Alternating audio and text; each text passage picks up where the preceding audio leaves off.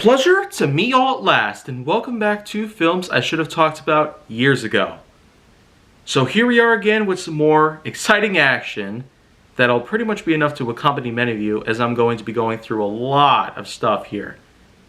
For this film though, let me tell you that Pixar has made a ton of amazing original works. But of all of them, I don't necessarily consider this one to be as significant as any of the others. Any of the others. Coco from 2017.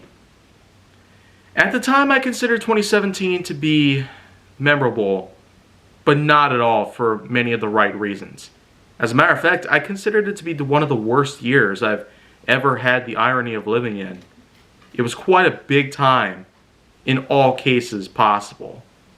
But hey, at least I was able to get out of there pretty easily. But now for this, 4 years later, 2021, here I am talking about a film from 2017, Pixar's Coco, which I'd probably consider to be the least best of all of them. That's right, I will not call it the worst, because Pixar films are such masterpieces when you look at them every which way possible. Coco, though, does not seem to bear as much of significance and of creative value and of good opportunities that probably would have been taken up on by other projects. Pixar's had a huge queue of different original projects queued and possibly put up. Especially for the next 10 years, we're probably going to be seeing some of the best that Pixar has ever had to offer. So, of course, I'm going to be bringing my phone out because this is yet another one of those cases where I really need to look at what kind of info I can possibly get out of here. This thing has a whopping 97% of a rating on Rotten Tomatoes, plus 81% on Metacritic, 8.4 out of 10 on IMDb, and then, of course, with a whopping box office score of $807 million. I guess you can't really go wrong on there. Most Pixar films are pretty much masterpieces in all senses of the word.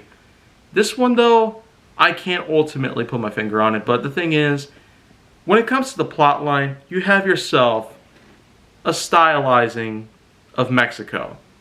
Old traditions that take place in the country of Mexico, including a big ban on music in most areas.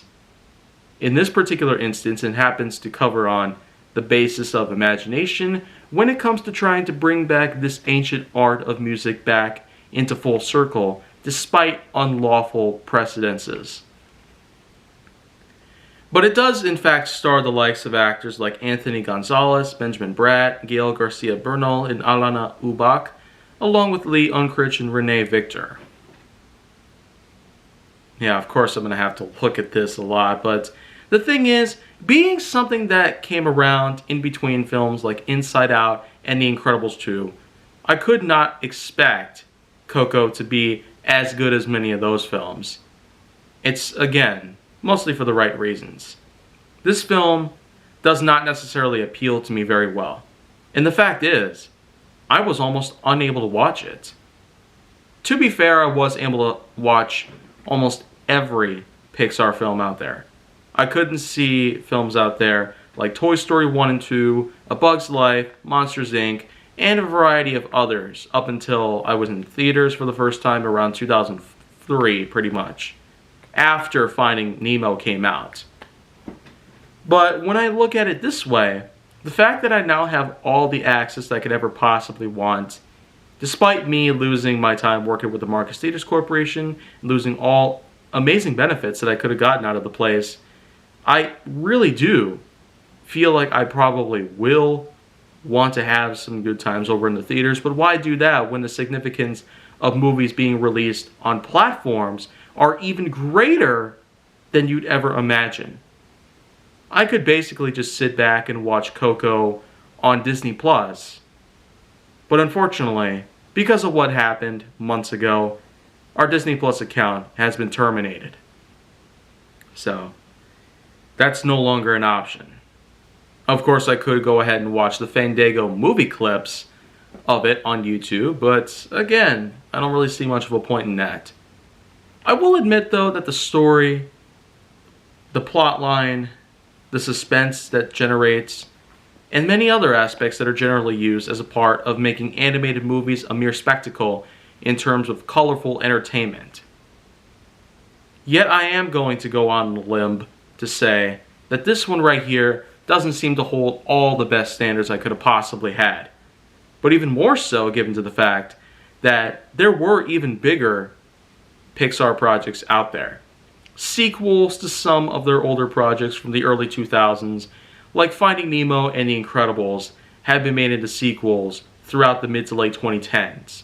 And Coco was pretty much caught in the crossfire between them both. With Finding Dory in 2016 and The Incredibles 2 in 2018, they both seem to have a lot better significance, as these were franchises that I grew up with even better. The Incredibles, a bit more than Finding Nemo, because even though I've had them both on VHS back in the day, it's still safe to say a lot of things might not necessarily be at the top of the line as you could have probably expected. But looking at most of Pixar's more recent works, like Luca, and then of course a few other upcoming projects that'll be around soon enough, we are going to be getting into some more Uncharted territory. Speaking of Uncharted, man, there's of course the Uncharted film adaptation, which is also going to be coming pretty soon, so I guess throughout 2022, it's going to be a huge task for me to go ahead and cover these films, if I get to that point in time. But at this point, let's go ahead and give Coco the score. So at least for something that's Pixar related, I'm going ahead and I'm going to be a little generous with this one. 8.5 out of 10. So I'm not really going to hold all sorts of high hopes against it, but at the same time, I'm not really going to have a lot of things against it. It still is a big masterpiece.